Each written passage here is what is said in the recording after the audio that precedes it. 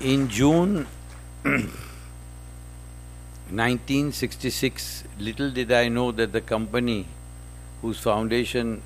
I laid along with my family would become from a small-scale industry to the world's largest vaccine manufacturer in number of doses produced and distributed worldwide to more than 170 countries. I must stress that my staff, difficulties, that red tape now are much reduced under the Modi government. Definitely. I am not one of those to give lip sympathy to government ministers and officials, but certainly one of the major reasons why we could launch our vaccine for COVID so quickly was because of the forthcoming grant of permissions, encouragement to industries, and licensing. Raj has been considerably reduced. We have got a drug controller who responds that in the evening after office hours instead of being given muska polish. As you know, the world is going through a terrible epidemic. Serum Institute has once again lived up to its past reputation of rising to the occasion and introducing in a very record time an effective and safe vaccine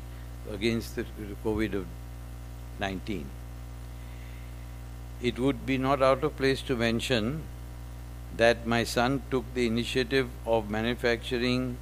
100 million doses or more at risk, because if the vaccine was not approved before 16th of January when we launched the vaccine, we would have had to write off a few $100 million worth of machinery, equipment, and whatever else it took to stockpile the vaccine before release. This immensely helped the different countries all over the world where we sent the vaccine, dispatched the vaccine as soon as we could get release, as well as the people of India.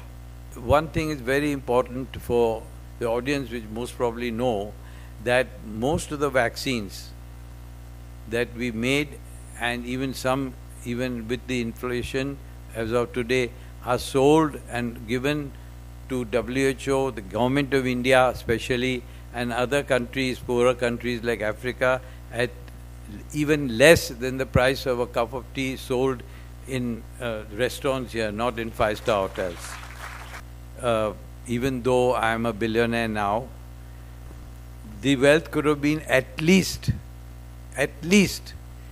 to 15 billion dollars more had I not got tempted to hold the price line, because all of the vaccines sold by us in all different countries are at least twice or thrice the price of what we are giving to the world. So this is a major sacrifice that my family, as also in a way Serum Institute, is making for saving human lives. Therefore, I hope that this temptation to amass further wealth, I will be able to resist, and I hope my successor, Adar Poonawalla, will also, like his mother, be a great philanthropist and try to keep the price line affordable, as today Covishield vaccine is the cheapest